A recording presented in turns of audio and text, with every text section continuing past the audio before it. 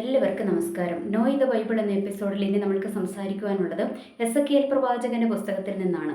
അപ്പോൾ ഈ എസെക്കിയേൽ പ്രവാചകന്റെ പുസ്തകത്തിന്റെ റൈറ്റർ ആരാന്ന് ചോദിച്ചാൽ എസെക്കിയേൽ തന്നെയാണ് ഇതിന്റെ റൈറ്റർ. അപ്പോൾ എസെക്കിയേൽ എന്ന് പറയുമ്പോൾ അദ്ദേഹം ഒരു പ്രവാചകൻ മാത്രമല്ല, ഒരു പുരോഹിതനും കൂടിയായിരുന്നു. അപ്പോൾ ബാബേൽ പ്രവാസ കാലത്ത് പ്രവചിച്ച ഒരു പ്രവാചകനും പുരോഹിതനും ഒക്കെ ആയിരുന്നു എസെക്കിയേൽ എന്ന് പറയുന്ന പ്രവാചകൻ. ഓക്കെ, അപ്പോൾ അതിൻ്റെ 48 അധ്യായങ്ങളാണ് അതിനകത്തുള്ളത്. ഇനി എസെക്കിയേൽ പ്രവാചകന്റെ പുസ്തകത്തിന് നമ്മളുടെ വെളിപ്പാട് പുസ്തകവുമായിട്ടൊരു സാമ്യമുണ്ട്. എന്ന് വെച്ചാൽ ആ ഒരു ദേവാലയത്തിൻ്റെ ഒരു പുനർക്രമീകരണം, ആരാധനയുടെ പുനർക്രമീകരണം, അല്ലെങ്കിൽ ജനത്തെ മടക്കി വരുത്തുന്ന നിത്യതയെക്കുറിച്ചുള്ള ഒരു വെളിപ്പാടൊക്കെ നമ്മൾക്ക് ഇതിനകത്ത് കാണുവാനായിട്ട് കഴിയും. അതുകൊണ്ടാണ് ഇത് വെളിപ്പാട് പുസ്തകവുമായിട്ട് സാമ്യമുണ്ട് എന്ന് ഇതിനെ പറയപ്പെടുന്നത്. ഓക്കെ, അപ്പോൾ ഈ വെളിപ്പാട് പുസ്തകത്തിൻ്റെ മെയിൻ തീം എന്ന് പറയുന്നത് നമ്മൾക്കറിയാം, ബാബേൽ പ്രവാസത്തിലേക്ക് ഇസ്രായേൽ മക്കൾ പോകുവാനുള്ള കാരണം എന്തായിരുന്നു? അവർ ദൈവത്തിൽ നിന്നും അകന്ന് അന്യദൈവങ്ങളെ സേവിക്കുവാനായിട്ട് പോയപ്പോഴാണ് ദൈവം ഇവരെ പ്രവാസത്തിലേക്ക് വിട്ടത്, അല്ലേ? അപ്പോൾ ഏറ്റവും വലിയ പ്രവാസകാലമായിരുന്നു 70 ആഴ്ച അല്ലെങ്കിൽ 70 കാലഘട്ടം എന്നാണ് അറിയപ്പെടുന്നത്. ഇവരുടെ ഈ ബാബേൽ പ്രവാസം എന്ന് പറയുന്നത്. ഓക്കെ, അപ്പോൾ ഈ ബാബേൽ പ്രവാസ കാലഘട്ടത്തിലേക്ക് ഇവർ പോയതിൻ്റെ കാരണം ഇവരുടെ പാപവും ഇവരുടെ ദൈവത്തിൽ നിന്നുള്ള അകൽച്ചയും ഒക്കെ ആയിരുന്നു. അപ്പോൾ അതിലൂടെ കടന്നു പോയപ്പോൾ ഇവർ അനുഭവിക്കേണ്ടി വന്ന കഷ്ടതയെക്കുറിച്ചും ദുരിതങ്ങളെക്കുറിച്ചും ന്യായവിധിയെക്കുറിച്ചൊക്കെ ഇതിനകത്ത് പറയുന്നു. രണ്ടാമത്തെ ഘട്ടത്തിനകത്ത് പറയുന്നത് ഇവരെ ഇസ്രായേൽ ജനത്തെ പീഡിപ്പിച്ച ജാതികളുണ്ടല്ലോ, ആ ജാതികൾ എന്ന് വെച്ചാൽ ഇവരെ പ്രവാസത്തിലേക്ക് കൊണ്ടുപോയി അവിടെ ഇട്ട് പീഡിപ്പിച്ച ജാതികളുണ്ടല്ലോ, അവരെ ന്യായം വിധിക്കുന്ന ഒരു ദൈവത്തെക്കുറിച്ചും ഇവിടെ പറഞ്ഞു വെച്ചിരിക്കുകയാണ്. ഇനി മൂന്നാമത് ഇസ്രായേൽ ജനത്തിൻ്റെ ഒരു മടങ്ങിവരവ്, അവരുടെ ഒരു റീസ്റ്റോറേഷനെ കുറിച്ച് ഇവിടെ പറഞ്ഞു വെച്ചിരിക്കുകയാണ്. അങ്ങനെയാണ് നമ്മുടെ എസെക്കിയേൽ പ്രവാചകന്റെ ഈ ഒരു 3 ഘട്ടം തിരിച്ചുള്ള ഭാഗമെന്ന് നമ്മൾക്ക് പറയുവാനായിട്ട് പറ്റുന്നത്. ഓക്കെ, ഇതാണ് ഇതിൻ്റെ മെയിൻ ഉള്ളടക്കം എന്ന് പറയുന്നത്. ഇനി നമ്മൾക്കെല്ലാം അറിയാം, എസെക്കിയേൽ പ്രവാചകന്റെ പുസ്തകം എന്ന് പറയുമ്പോൾ നമ്മളുടെയൊക്കെ മനസ്സിലോട്ട് ആദ്യം ഓടിയെത്തുന്ന ഒരു ഭാഗമുണ്ട്. ഏതാണ്? 37-ാം അധ്യായം, അല്ലേ? അതാണ് അതിൻ്റെ ഹൈലൈറ്റ് എന്ന് പറയുന്നത്, അല്ലേ? 37-ാം അധ്യായമാണ് അതിൻ്റെ ഹൈലൈറ്റ് എന്ന് പറയുന്നത്. എന്ന് വെച്ചാൽ നമ്മൾക്കറിയാം, 37-ാം അധ്യായത്തിനകത്ത് ദൈവം പ്രവാചകനെ കൊണ്ട് നിർത്തിയേക്കോ? എവിടെയാണ് കൊണ്ട് നിർത്തിയേക്കുന്നത്? ഈ ഒരു അസ്ഥി താഴ്വരയിൽ കൊണ്ട് നിർത്തിയേക്കും. എന്ന് വെച്ചാൽ അസ്ഥികൾ കൊണ്ട് നിറഞ്ഞിരിക്കുന്ന ഒരു താഴ്വരയിൽ കൊണ്ട് നിർത്തിയിരിക്കുകയാണ്. അപ്പോൾ അസ്ഥികൾ എന്ന് പറഞ്ഞാൽ നമ്മൾക്കറിയാം, അതിന് ജീവനില്ല, ത്വക്കില്ല, മാംസമില്ല, ഒന്നുമില്ല, വെറും അസ്ഥി കഷ്ണങ്ങൾ മാത്രം. അതിൻ്റെ മുൻപിൽ കൊണ്ടുവന്ന് ആരെ നിർത്തിയിരിക്കാം? നടുവിൽ കൊണ്ടുവന്ന് ആരെ നിർത്തിയിരിക്കാം? എസെക്കിയേൽ പ്രവാചകനെ നിർത്തിയിരിക്കാം. അതുവരെ ദൈവം സംസാരിച്ചു. എസെക്കിയേൽ പ്രവാചകൻ ഒരുപാട് പ്രവചനങ്ങളൊക്കെ നടത്തി. ദൈവത്തിൻ്റെ ആത്മാവ് എടുത്തുകൊണ്ടുപോയി എസെക്കിയേൽ പ്രവാചകനോട് സംസാരിച്ചു. ഇതെല്ലാം ചെയ്ത് എസെക്കിയേൽ പ്രവാചകനെ ഫൈനലി കൊണ്ട് നിർത്തിയിരിക്കുക. എവിടെയാണ് കൊണ്ട് നിർത്തിയിരിക്കുന്നത്? അസ്ഥി താഴ്വരയിൽ കൊണ്ട് നിർത്തിയിരിക്കുക. എന്നിട്ട് അവിടുന്ന് പ്രവാചകനോട് ഒരു ക്വസ്റ്റ്യൻ ചോദിച്ചു. പ്രവാചകനോട് ചോദിച്ച ക്വസ്റ്റ്യൻ എന്തായിരുന്നു? ഈ അസ്ഥികളെ ജീവിക്കുമോ എന്ന് ചോദിച്ചു. ഓർക്കണമേ, ഇത്രയും നേരവും ദൈവത്തിൻ്റെ ശബ്ദം കേട്ട് ദൈവത്തിൻ്റെ പ്രവചനങ്ങളൊക്കെ പറഞ്ഞ ആ പുരോഹിതൻ്റെ അടുത്ത് ദൈവം ചോദിക്കുക, ഈ അസ്ഥികളെ ജീവിക്കുമെന്നും. അവിടെ എത്തിയപ്പോൾ പ്രവാചകൻ എന്താ പറഞ്ഞത്? നമ്മളൊക്കെ ആയിരുന്നെങ്കിൽ ഇന്നത്തെ ആ ഒരു അല്ലേ, നമ്മൾ ഓളത്തിന്, അല്ലേ, അങ്ങനെ പറയണം, നമ്മളുടെ ഓളത്തിനാണെങ്കിൽ നമ്മൾ പറയും, ഓ ജീവിക്കും കർത്താവ് എന്നൊക്കെ പറയും. പക്ഷേ എസെക്കിയേൽ പ്രവാചകനെ സംബന്ധിച്ചിടത്തോളം എന്താണ്? പുള്ളി ജെനുവിനാണ്. അതുകൊണ്ട് പുള്ളിക്കറിയാം, പുള്ളിയുടെ കൂട്ടത്തിലുള്ള ദൈവം ഹൃദയത്തെയും ഉൾപ്പൂവുകളെയും അറിയുന്ന ദൈവമാണെന്ന് ആർക്കറിയാം? പ്രവാചകൻ അറിയാം. അതുകൊണ്ട് പ്രവാചകൻ്റെ നിസ്സഹായാവസ്ഥ അങ്ങ് വെളിപ്പെടുത്തി. എന്നിട്ട് പറഞ്ഞു, കർത്താവെ, അവിടുന്ന് അറിയുന്നു, എനിക്കൊന്നും പറയുവാനില്ല. അതെൻ്റെ ഭാഷയാണ്, എനിക്കൊന്നും പറയുവാനില്ലെന്നുള്ളത് എൻ്റെ ഭാഷയാണ്. പ്രവാചകൻ പറഞ്ഞത് എന്താണ്? അവിടുന്ന് അറിയുന്നു എന്ന് വെച്ചാൽ പുള്ളിയുടെ നിസ്സഹായതയാണ്. ഈ അസ്ഥികൾ ജീവിക്കുമോ എന്നുള്ളൊരു ക്വസ്റ്റ്യൻ ഒരുപക്ഷെ ആരുടെ മനസ്സിലും ഉണ്ടായിരിക്കണം? ഈ പ്രവാചകൻ്റെ മനസ്സിലും ഉണ്ടായിരിക്കണം. കാരണം ബാക്കിയുള്ളതൊക്കെ കണ്ടിട്ടുണ്ട്, ബാക്കിയുള്ളതൊക്കെ വായിച്ചിട്ടുണ്ട്. അവർക്കൊക്കെ ജീവനുള്ള ജനത്തിൻ്റെ ഇടയിലാണ് ദൈവം പ്രവർത്തിച്ചത്. ഈ അസ്ഥികളുടെ ഇടയ്ക്ക് പ്രവർത്തിക്കുന്ന ഒരു ദൈവത്തെക്കുറിച്ച് ആർക്ക് പരിചയമുണ്ടായിരുന്നില്ല? ഈ പ്രവാചകൻ അത്ര പരിചയം പോരാ, ആ ദൈവത്തെക്കുറിച്ച് അറിഞ്ഞുകൂടാ. അതുകൊണ്ട് ആ ദൈവം കൊണ്ടുവന്ന് നിർത്തിയത്. എന്നിട്ട് ചോദിച്ചു, ഈ അസ്ഥികൾ ജീവിക്കുമോ എന്ന് ചോദിച്ചു. പ്രവാചകൻ പറഞ്ഞു, കർത്താവെ, അവിടുന്ന് അറിയുന്നു, ദൈവമേ, അവിടുന്ന് അറിയുന്നു എന്ന് പറഞ്ഞു. പക്ഷേ അവിടെ ദൈവം പറഞ്ഞിരിക്കുക, അവിടെ ആരെയാണ് കാണിച്ചിരിക്കുന്നത്? ഇസ്രായേൽ മക്കളുടെ ആ ഒരു ശോചനീയാവസ്ഥയാണ് കാണിച്ചിരിക്കുന്നത്. എന്ന് വെച്ചാൽ ആ അസ്ഥികൾക്ക് തുല്യമായിരിക്കുക ആര്? ഇസ്രായേൽ ജനം. കാരണം അവർ ഒരു കൂട്ടരെ എങ്ങോട്ട് കൊണ്ടുപോയി? അസീറിയ കൊണ്ടുപോയി. ഒരു കൂട്ടരെ ആര് കൊണ്ടുപോയി? നമ്മുടെ ബാബിലോണിലോട്ട് കൊണ്ടുവന്നിരിക്കുക. ആ പ്രവാസത്തിൻ്റെ അകത്ത് ആര് നിൽക്കുന്നത്? ഈ പുരോഹിതൻ നിൽക്കുന്നത്.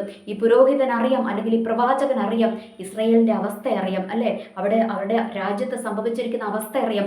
അവരുടെ ദേവാലയങ്ങളൊക്കെ നശിപ്പിക്കപ്പെട്ടു, പട്ടണം തീയിട്ട് തീയിട്ട് നശിപ്പിക്കപ്പെട്ട് കിടക്കുക. ഇനി അങ്ങോട്ട് പോയിട്ട് എന്തോന്ന് കാണിക്കാനാ? കാരണം ആ ഒരു അവസ്ഥയിലായിരിക്കുക, ജനങ്ങളാരുമില്ല. അങ്ങനത്തെ ഒരു എന്താ പറയുക, ഒരു ശവക്കല്ലറകളുടെ എന്ന് വെച്ചാൽ എന്താ പറയുക, ഒരു ശവക്കല്ലറകളുടെ അവസ്ഥയിലായിരിക്കുക എന്ത് ഇസ്രായേൽ. അപ്പോൾ ഇതിനെ ഉൾക്കൊള്ളിച്ചുകൊണ്ട് ദൈവം ചോദിച്ചിരിക്കുന്ന പ്രവാചക, ഈ അസ്ഥികൾ ജീവിക്കൂ എന്ന് ചോദിച്ചപ്പോൾ പ്രവാചകൻ അത് ഉൾക്കൊണ്ടു അല്ലേ? എന്ന് വെച്ചാൽ ആ ഒരു ഇസ്രായേലിൻ്റെ അവസ്ഥ എന്താണെന്ന് ആരും തിരിച്ചറിഞ്ഞു. പ്രവാചകൻ തിരിച്ചറിഞ്ഞു. എന്നിട്ട് പ്രവാചകൻ പറഞ്ഞു, കർത്താവേ അങ്ങ് അറിയുന്നു എന്ന് മാത്രം പുള്ളി പറഞ്ഞു. അപ്പോൾ ഓട്ടനെ ദൈവം പറയുക, നീ എന്താ ചെയ്യേണ്ടത്? നീ അസ്ഥികളെ നോക്കി പ്രവചിക്കാൻ പറഞ്ഞു. അപ്പോൾ പ്രവാചകൻ എന്താ ചെയ്തത്? ദൈവം പറഞ്ഞതുപോലെ പുള്ളി അങ്ങ് ചെയ്തു, അങ്ങ് പ്രവചിച്ചു. അപ്പോൾ പ്രവചിച്ചു കഴിഞ്ഞപ്പോൾ എന്താ സംഭവിച്ചിരിക്കുന്നത്? അവിടെ അസ്ഥികൾക്ക് എന്ത് സംഭവിച്ചിരിക്കുക?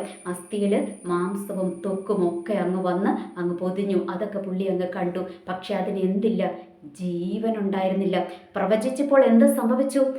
അസ്ഥിയോട് വന്ന് ചേർന്നു അല്ലേ? അതിന് ത്വക്ക് മാംസവും എല്ലാം വന്നു. പക്ഷെ എന്തുണ്ടായിരുന്നില്ല? ജീവൻ ഉണ്ടായിരുന്നില്ല. ജീവനില്ലാതെ ഈ അസ്ഥിയും ത്വക്കും പിടിച്ച് ഈ അസ്ഥികളെയും കൊണ്ട് വല്ല ഉപകാരമുണ്ടോ? ഒരു ഉപകാരവുമില്ല. പക്ഷെ അതിന് ജീവനില്ലായിരുന്നു. അപ്പോൾ ദൈവം എന്താ പറഞ്ഞു?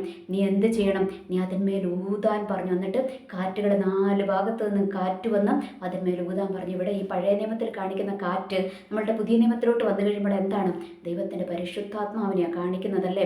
എന്ന് വെച്ചാൽ അവിടെ ഏത് അവസ്ഥയിലോട്ടുള്ള എന്ത് കാര്യങ്ങൾ നടന്നാലും അതിന് ജീവൻ ഉണ്ടാകണമെങ്കിൽ എന്തു വേണം?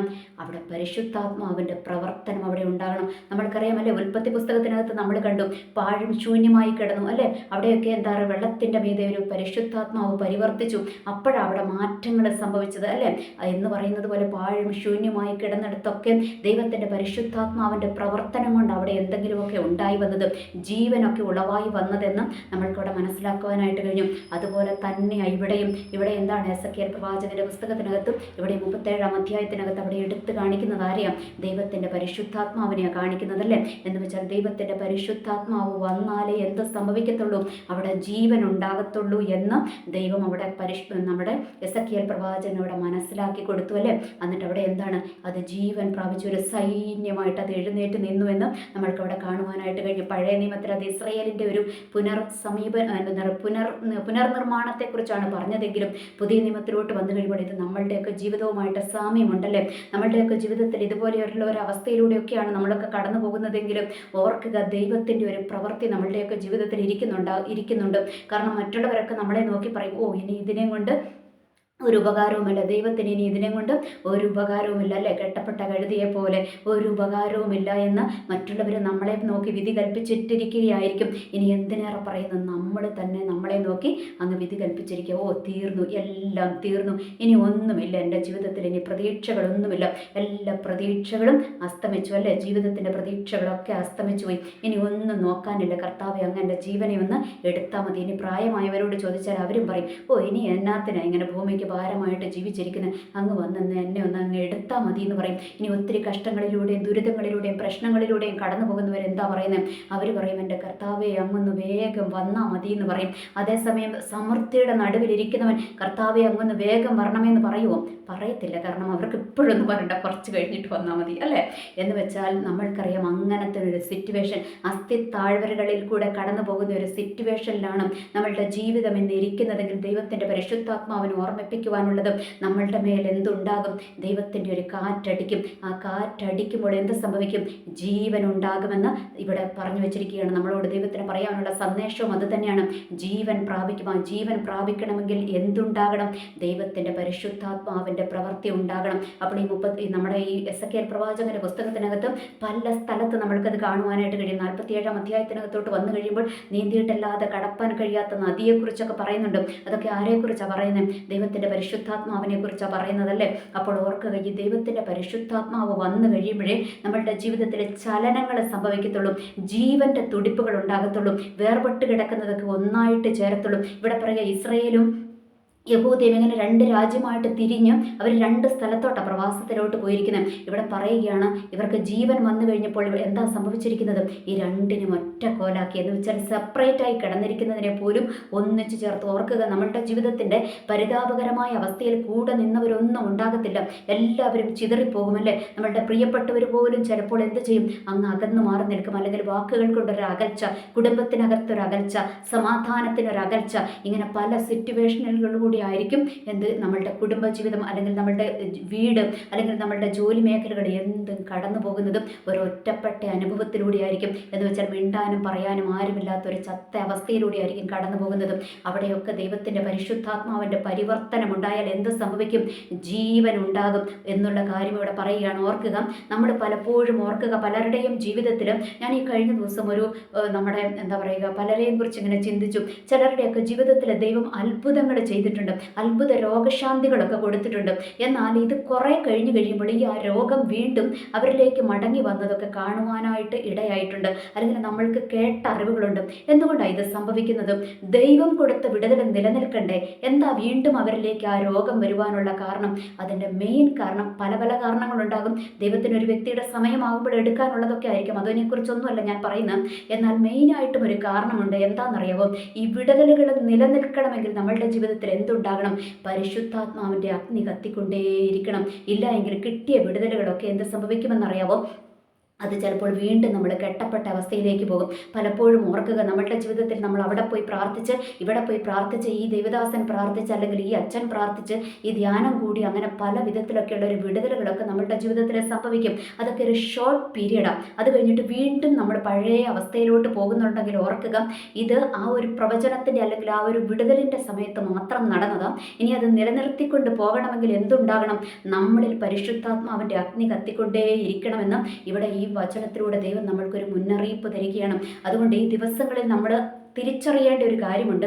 ദൈവത്തിൻ്റെ പരിശുദ്ധാത്മാവിൻ്റെ പ്രവർത്തനം നമ്മളുടെ ജീവിതത്തിൽ ഉണ്ടായെങ്കിൽ മാത്രമേ നമ്മളുടെ ജീവിതം എന്തായി തീരത്തുള്ളൂ, ഒരു ഉയർച്ചയിലേക്ക് പോകത്തുള്ളൂ, അല്ലെങ്കിൽ നമ്മളുടെ വിടുതലുകൾ നിലനിൽക്കുന്ന വിടുതലുകളായിട്ട് തീരത്തുള്ളൂ എന്നുള്ള ഒരു യാഥാർത്ഥ്യം നമ്മൾ തിരിച്ചറിയണം. ഇനി ഓർക്കുക, ഇവിടെ അസ്ഥിത്താഴ്വരയിൽ കിടന്നിരിക്കുന്ന അസ്ഥികളാണ് അല്ലേ? ആ അസ്ഥികൾക്ക് തന്നെ പ്രവചിക്കാൻ പറ്റുമോ? പറ്റത്തില്ല അല്ലേ? നമ്മളുടെയും അവസ്ഥ അങ്ങനെ തന്നെയല്ലേ? നമ്മളുടെ ജീവിതത്തിൻ്റെ ഒരു നിരാശയുടെ അടിത്തട്ടിലോട്ട് പോയി കഴിയുമ്പോൾ നമ്മൾക്കൊന്നിനും പറ്റത്തില്ല അല്ലേ? നമ്മൾക്ക് പ്രാർത്ഥിക്കുവാനും പറ്റത്തില്ല, ഒന്നിനും പറ്റത്തില്ല. നമ്മളിങ്ങനെ കെട്ടപ്പെട്ട പോലത്തെ അവസ്ഥയിലിരിക്കും. അപ്പോൾ ഇങ്ങനെ ഇരുന്ന അവസ്ഥയിൽ നമ്മൾക്കൊരു വിടുതൽ കിട്ടുമോ? കിട്ടത്തില്ല. പിന്നെ എന്തുണ്ടാകണം? ഒരു പ്രവാചകൻ അല്ലെങ്കിൽ ഒരു പുരോഹിതൻ കടന്നു വരണം അല്ലേ? ഇവിടെ അങ്ങനെ അസ്ഥിത്താഴ്വരയുടെ നടുവിലേക്ക് ദൈവം ആരെ കൊണ്ടുവന്ന് നിർത്തി? പ്രവാചകനെ കൊണ്ടുവന്ന് നിർത്തി അല്ലേ? അപ്പോൾ ആ പ്രവാചകൻ കൽപ്പിച്ചപ്പോഴാണ് അവിടെ എന്ത് സംഭവിച്ചത്?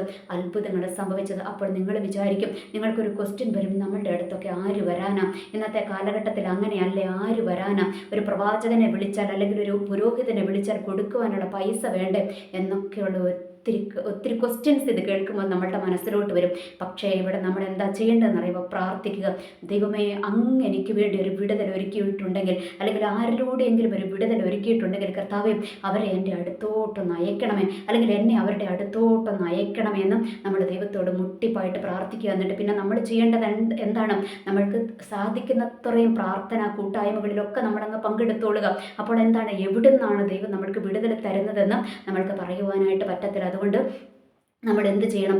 ദൈവത്തോട് പ്രാർത്ഥിക്കണം. കർത്താവെ, ഒരു വിടുതൽ എൻ്റെ ജീവിതത്തിലേക്ക് അങ്ങ് ഏതെങ്കിലുമൊക്കെ വിധത്തിൽ കർത്താവെ അങ്ങ് അയക്കണമേ എന്ന് പ്രാർത്ഥിക്കുക. ഇനി അതിലപ്പുറം നമ്മൾ പ്രാർത്ഥിക്കേണ്ടത് എന്താണ്? കർത്താവെ, അങ്ങയുടെ പരിശുദ്ധാത്മാവിൻ്റെ അഗ്നി എന്നിലൊന്ന് കത്തട്ടെ. ഇനി ഒന്നും വേണ്ടപ്പ, എങ്ങോട്ടും പോകാൻ പറ്റിയില്ലെങ്കിൽ നമ്മളായിരിക്കുന്ന റൂമിനകത്തോട്ട് ഇറങ്ങി വന്ന് വിടുവിക്കുന്ന ഒരു ദൈവത്തിൻ്റെ പരിശുദ്ധാത്മാവുണ്ടല്ലേ? രണ്ട് തരത്തിലുള്ള വിടുതലുകളെക്കുറിച്ചാണ് ഞാൻ പറഞ്ഞു. ഒന്ന്, ആരിലൂടെയെങ്കിലും നമ്മൾക്ക് തരുന്ന വിടുതൽ. രണ്ടെന്താണ്? ദൈവത്തിൻ്റെ പരിശുദ്ധാത്മാവ് ഡയറക്റ്റ് ഇറങ്ങി വന്ന് പ്രവർത്തിക്കുന്ന പ്രവർത്തനം. അപ്പോൾ ഇതിനു വേണ്ടി നമ്മൾ ദൈവത്തോട് പ്രാർത്ഥിക്കുക. എന്താ വേണ്ടുന്നത്? അതിന് പരിശുദ്ധാത്മാവിൻ്റെ അഗ്നി കത്തണം. ഇപ്പോഴുള്ള അഭിഷേകം പോരാ. ഇപ്പോഴുള്ള അഭിഷേകം കൊണ്ട് നമ്മൾ തൽക്കാലത്തേനങ്ങ് പോകത്തേ ഉള്ളൂ. അത് പോരാ. നമ്മൾക്കൊരു ശാശ്വതമായ വിടുതലും, നമ്മൾക്കൊരു ശവക്കല്ലറുകളിൽ നിന്നുള്ളൊരു ഉയർപ്പ് ഇത് വേണമെങ്കിൽ എന്തുണ്ടാകണം? നമ്മളുടെ ജീവിതത്തിൽ പരിശുദ്ധാത്മാവിൻ്റെ അഗ്നി കത്തണം. ആ ഒരു അഗ്നി അഭിഷേകം വേണം. അതിനുവേണ്ടി നമ്മൾ ദൈവത്തോട് മുട്ടിപ്പായിട്ട് പ്രാർത്ഥിക്കുക. പറ്റുന്നിടത്തോളം നമ്മൾ പോവുക. അപ്പോൾ ഈ കാത്തിരിപ്പ് യോഗങ്ങളൊക്കെ ഉണ്ടാകുമല്ലോ, അപ്പോൾ അതിലൊക്കെ ഒന്ന് പങ്കെടുക്കുവാനൊക്കെ നമ്മൾ തയ്യാറെടുക്കുക. കാരണം ദാഹിക്കുന്ന ആത്മാക്കളെ തൃപ്തിപ്പെടുത്തുന്ന ഒരു ദൈവമുണ്ട് കേട്ടോ. അപ്പോൾ ഈ കഴിഞ്ഞ ദിവസം ഞാൻ ഓർക്കുകയാണ്, ഞാൻ ഒരു ദൈവദാസനെ എനിക്കറിയാം, ഒരു പ്രായമുള്ള ഒരു അപ്പച്ചനാണ്. അപ്പോൾ അപ്പച്ചൻ എന്താണ് 73 വയസ്സുണ്ട് അപ്പച്ചന്. അപ്പോൾ ഞാൻ ഇടയ്ക്കൊക്കെ വിളിച്ച് പ്രാർത്ഥിക്കാറുണ്ട്. അപ്പോൾ അപ്പച്ചൻ്റെ വീട്ടിലൊന്ന് പോയി പ്രാർത്ഥിക്കുവാൻ ദൈവം എനിക്കൊരു അവസരം തന്നു. ഞാൻ പ്രതീക്ഷിക്കാതെ ദൈവം എൻ്റെ ജീവിതത്തിൽ ചെയ്തൊരു അത്ഭുതമാണ്. അപ്പോൾ ഞാൻ അവിടെ ഒത്തിരി ദൂരെ പോകണം. ഞാൻ ദൂരെ പോയി അപ്പച്ചൻ്റെ അടുത്ത് പോയി. അപ്പോൾ 73 വയസ്സുള്ള ഒരു അപ്പച്ചന്. അപ്പോൾ ആ വീട്ടിൽ ചെന്നപ്പോൾ ആൻറ്റിയൊക്കെ എന്നെ ആദ്യമായിട്ടാണ് കാണണേ. അപ്പോൾ അവർ ദേവദാസൻ പ്രാർത്ഥിച്ചു, ആലോചനകളൊക്കെ പറഞ്ഞു. അപ്പോഴും എന്നോട് പറഞ്ഞൊരു ഫൈനൽ ആലോചന എന്താണെന്നറിയാമോ? ഒരു ദൈവത്തിൻ്റെ അഗ്നി അഭിഷേകം, പരിശുദ്ധാത്മാവിൻ്റെ അഗ്നി അഭിഷേകം നിൻ്റെ മേൽ വരും. അപ്പോൾ ഇപ്പോൾ അഭിഷേകമില്ലേ? ഉണ്ട്. ആ അഭിഷേകം കൊണ്ട് ഇങ്ങനെയൊക്കെ അങ്ങ് പോകത്തേയുള്ളൂ. പക്ഷേ ഒരു അഗ്നി അഭിഷേകം നിനക്ക് വേണ്ടി ദൈവം ഒരുക്കുന്നുണ്ട്, നീ അതിനു വേണ്ടി കാത്തിരിക്കണമെന്ന് പറഞ്ഞു. ഓക്കെ, അപ്പോൾ അതായിരുന്നു എന്നോടുള്ള മെയിൻ ആലോചന. അപ്പോൾ അത് കഴിഞ്ഞിട്ട് പ്രാർത്ഥനയൊക്കെ കഴിഞ്ഞു, അവർ ഭക്ഷണമൊക്കെ തന്നു. ഇനി അതുകൂടാതെ നമ്മുടെ ഒരു അമ്മ വീട്ടിൽ ചെന്ന പോലെയാണ്. ആ പാസ്റ്ററിൻ്റെ ആൻറ്റി എന്താ ചെയ്തതെന്നറിയാമോ? പുള്ളിക്കാരത്തി അവിടെയുള്ള കുറച്ച് ചക്കയും കുറച്ച് മാങ്ങയും ഒക്കെ എനിക്ക് പൊതിഞ്ഞ് കിട്ടി. നമ്മുടെ അമ്മ വീട്ടിൽ ചെന്ന് കഴിയുമ്പം എന്താണ് നമ്മൾക്ക് ഇങ്ങനെ പൊതിഞ്ഞ് തന്നു വിടുകയല്ലേ എന്ന് പറയുന്നത് പോലെ പൊതി കെട്ടി തന്നു വിടുവാനായിട്ടൊക്കെ ഇടയായി. അപ്പോൾ ഞാൻ ഓർത്ത്, കർത്താവേ, ഇന്നത്തെ കാലഘട്ടത്തിൽ എല്ലാവരും പാസ്റ്റർമാർക്ക് കൊടുക്കുന്നതിനെ കുറിച്ചാണ് പറയുന്നത്. കൊടുക്കണ്ട എന്ന് പറയും. എന്നാൽ പാസ്റ്റർമാരുടെ വീട്ടിൽ ചെന്ന് കഴിയുമ്പോൾ, അല്ലെങ്കിൽ അവർ നമ്മൾക്ക് ഇങ്ങോട്ട് തരുന്നതിനെക്കുറിച്ച് പറയുന്നത് അധികം ആരും പറയാറില്ലല്ലേ. എന്നാൽ എൻ്റെ ജീവിതത്തിൻ്റെ അനുഭവമാണ്. പൈസ തന്നതൊന്നും അല്ല ഞാൻ പറയുന്നത്. എന്നാലും അവരുടെ ആ ഒരു സ്നേഹത്തിൻ്റെ പങ്കുവെക്കൽ എനിക്കവിടെ അനുഭവിക്കുവാനായിട്ട് ഇടയായി കേട്ടോ. അപ്പോൾ ഞാൻ പറഞ്ഞു വരുന്നത്, നമ്മൾക്ക് വേണ്ടി ദൈവം എവിടെയെങ്കിലുമൊക്കെ ഒരു വിടുതൽ ഒരുക്കി വെച്ചിട്ടുണ്ടാകും. അതിനുവേണ്ടി നമ്മൾ ദൈവത്തോട് പ്രാർത്ഥിക്കുക. കർത്താവേ, അവിടുന്ന് എവിടുന്നെങ്കിലും എനിക്ക് വേണ്ടി ഒരു പ്രവാചകനെ എഴുന്നേൽപ്പിക്കണമേ, ഒരു പുരോഹിതനെ എഴുന്നേൽപ്പിക്കണമേ എന്ന് നമ്മൾ പ്രാർത്ഥിക്കണം. ഇപ്പോഴെല്ലാവരും പറയൂ, പ്രവാചകൻ്റെ അടുത്തൊന്നും പോകണ്ട, പ്രവാചകൻ്റെ ഒന്നും ആവശ്യമില്ല, നമ്മൾ തന്നെ അങ്ങ് പ്രാർത്ഥിച്ചാൽ മതി. അങ്ങനെയൊന്നും അല്ല കേട്ടോ. ഇപ്പം നിങ്ങൾ വിചാരിക്കുമോ ഇവർ യൂട്യൂബിലൂടെയൊക്കെ ഇങ്ങനെ വചനം പറയുന്നുണ്ടല്ലോ എന്ന്. സത്യമാണ്, പറയുന്നുണ്ട്. പക്ഷേ ചില സമയങ്ങളിൽ എൻ്റെ ജീവിതത്തിലും ഉയർച്ചകളും താഴ്ചകളും ആത്മീയ ജീവിതത്തിൻ്റെ പറയുന്നത്, ആത്മീയ ജീവിതത്തിൽ ഉയർന്നിരിക്കുന്ന സമയമുണ്ടാകും, ആത്മീയ ജീവിതത്തിൽ തീരെ അസ്ഥിത്താഴ്വര പോലെ ഇരിക്കുന്ന സമയങ്ങളും ഉണ്ടാകും. അപ്പോഴൊക്കെ നമ്മൾക്കൊന്ന് റീചാർജ് ചെയ്യുവാൻ വേണ്ടിയിട്ട് ഏതെങ്കിലുമൊക്കെ ദേവദാസന്മാരുമൊക്കെ നമ്മൾക്ക് അവരുമായിട്ടുള്ള ബന്ധം നമ്മൾക്ക് ആവശ്യമാണ്. അതുകൊണ്ട് നമ്മൾ ചുമ്മാ എല്ലാവരുടെയും അടുത്ത് പോയി തലവെച്ച് കൊടുക്കരുത്. ദൈവത്തോട് പ്രാർത്ഥിച്ചിട്ട് ദൈവം അയക്കുന്ന അടുത്ത് മാത്രം നമ്മൾ പോവുക. അല്ലെങ്കിൽ അങ്ങനെയുള്ള ദേവദാസന്മാരെ നമ്മുടെ വീട്ടിലോട്ട് വരുത്തുക. അതൊക്കെ ദൈവത്തോട് പ്രാർത്ഥിച്ചിട്ട് മാത്രം ചെയ്യുക. ഇനി ഇതിനൊന്നും പറ്റുന്നില്ല, ഇരുന്ന് പ്രാർത്ഥിക്കുക. കർത്താവേ, നിത്യപുരോഹിതനായ കർത്താവേ, അങ്ങയുടെ പരിശുദ്ധാത്മാവിൻ്റെ അഗ്നി എൻ്റെ മേലൊന്ന് ഇറങ്ങട്ടെ കർത്താവേ എന്ന് നമ്മൾ നിരന്തരമായിട്ട് പ്രാർത്ഥിച്ചിട്ടുണ്ട്. ദൈവം അത് നമ്മളുടെ ജീവിതത്തിൽ ചെയ്യുക തന്നെ ചെയ്യും. ഓർക്കുക, ദൈവത്തിൻ്റെ പരിശുദ്ധാത്മാവിൻ്റെ അഗ്നി അഭിഷേകമില്ലാതെ നമ്മൾക്ക് ഈ കാലഘട്ടത്തിൽ ജീവിച്ചു പോകുവാൻ പറ്റത്തില്ല. വിടുതലുകൾ നിലനിൽക്കത്തില്ല. അതുകൊണ്ട് ദൈവത്തിൻ്റെ പരിശുദ്ധാത്മാവിൻ്റെ അഗ്നി അഭിഷേകത്തിന് വേണ്ടി നമ്മൾ ഈ ദിവസങ്ങളിൽ ദാഹത്തോടെ പ്രാർത്ഥിക്കുക. അല്ലാതെ നമ്മൾക്കൊരു ജയമില്ല കേട്ടോ. പരിശുദ്ധാത്മാവിനെ മാറ്റി നിർത്തിയിട്ടുള്ള താൽക്കാലിക വിടുതലുകൾ കൊണ്ടൊന്നും ഒരു കാര്യവുമില്ല. കാരണം അത് കുറച്ച് കഴിഞ്ഞിട്ട് അങ്ങ് വിട്ടുപോകും. അത്ഭുത പ്രവർത്തകരിലൂടെ കുറച്ച് കഴിഞ്ഞിട്ട് അങ്ങ് വിട്ടുപോകും. ഇനി പ്രവാചകനിലൂടെ ആണെങ്കിലും, ഏത് പാസ്റ്ററിലൂടെ ആണെങ്കിലും, പുരോഹിതനിലൂടെ ആണെങ്കിലും നമ്മളുടെ ജീവിതത്തിൽ ഒരു വിടുതൽ നടന്നാൽ അത് നിലനിൽക്കണമെങ്കിൽ എന്തുണ്ടാകണം? പരിശുദ്ധാത്മാവിൻ്റെ അഗ്നി നമ്മളിൽ കത്തണം. അപ്പോൾ ഇന്നത്തെ ഈ മെസ്സേജിലൂടെ ദൈവത്തിന് സംസാരിക്കാനുള്ളത് അത് തന്നെയാണ്. നമ്മളുടെ ജീവിതത്തിലെ പരിശുദ്ധാത്മാവിൻ്റെ ഒരു അഗ്നി അഭിഷേകം നമ്മളുടെ ജീവിതത്തിൽ വളരെ ആവശ്യമാണ്. ഒരു നിലനിൽക്കുന്ന പരിശുദ്ധാത്മാവിൻ്റെ അഗ്നി അഭിഷേകം ആവശ്യമാണ്. എനിവേ, എല്ലാവർക്കും നല്ലൊരു ദിവസം ആശംസിക്കുന്നു. നന്ദി, നമസ്കാരം.